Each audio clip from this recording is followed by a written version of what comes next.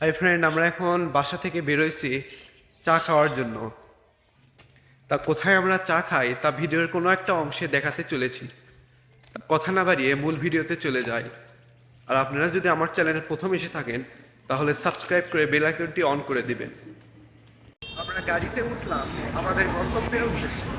আমরা গন্তব্যের উদ্দেশ্যে রওনা দিলাম।